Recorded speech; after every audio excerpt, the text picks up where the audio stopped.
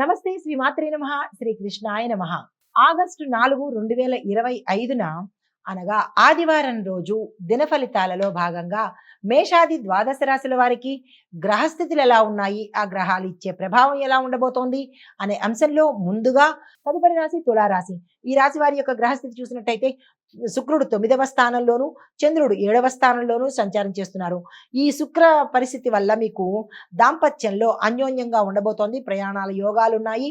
కుటుంబంతో అనుబంధం బలపడ్డము, మీరు ఏ పని ఈ రోజు చేసినా సక్సెస్ అయ్యే అవకాశాలు కనబడుతున్నాయి. మీకు చెప్పదగిన పరిహారము సత్యనారాయణ స్వామి వారి ఆలయ దర్శనం చేసుకోవడంతో పాటు స్వామివారి యొక్క నామాన్ని జపించినట్టయితే మంచి ఫలితాలు పొందుతారు. అయితే మీకు లక్ష్యం ఏంటంటే శాంతివంతమైన జీవితం కోసం మీరు ప్రయత్నం చేసుకోండి. తదుపరి రాశి వృశ్చిక రాశి. ఈ రాశి వారి యొక్క గ్రహస్థితి కుజుడు 6వ స్థానంలోను, చంద్రుడు కూడా 6వ స్థానంలోనే సంచారం చేస్తున్నారు.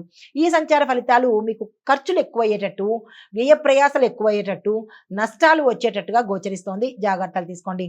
క్రమశిక్షణను పాటించండి. ఎటువంటి పరిస్థితుల్లోనూ అన్యాయానికి కానీ, అధర్మానికి కానీ, హింసకు కానీ పాల్పడకండి. ఆరోగ్యాన్ని పట్టించుకోండి. శత్రువులు మీ మీద ఏదైనా చేసే అవకాశం కనబడుతోంది. జాగ్రత్తలు తీసుకోండి. చెప్పదగిన పరిహారము కాళికా అమ్మవారి యొక్క నామస్మరణ.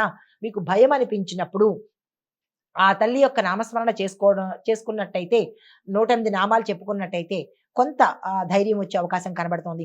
అయితే మీకు లక్ష్యం ఏంటంటే అంతర్గతంగా, అంటే మీరు ఇంటర్నల్గా స్ట్రాంగ్గా ఉండే ప్రయత్నం చేసుకోండి. తదుపరి రాశి ధనస్సు రాశి.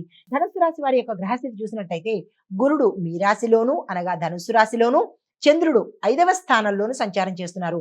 ఈ సంచార ఫలితాలు ఎలా ఉంటాయంటే విద్యార్థులకు ఇది చక్కని అనువైన కాలము. దీన్ని అస్సలు వృధా చేసుకునే ప్రయత్నం చేయకండి. ప్రేమలో ఉన్నవాళ్ళు జాగ్రత్తలు తీసుకోండి. కాషియస్గా ఉండండి, అంటే అప్రమత్తంగా ఉండండి. సృజనాత్మకత అంటే క్రియేటివిటీ ఎవరికైతే ఉంటుందో వాళ్ళు చొరవ తీసుకుని అవకాశాలను తెచ్చుకుంటారు. ఆ ప్రయత్నం చేసుకోండి. మీకు పరిహారంగా దత్తాత్రేయ స్వామి వారి యొక్క ఆలయ దర్శనంతో పాటు పూజ చేసుకున్నట్టయితే కొంత సానుకూలమైన ఫలితాలు పొందుతారు. అయితే మీకు ఒక లక్ష్యం చెప్పాలి కదా, సాంకేతిక పరిజ్ఞానాన్ని వినియోగించుకోండి, అంటే టెక్నాలజీని వినియోగించుకునే ప్రయత్నం చేసుకోండి మీ రంగంలో.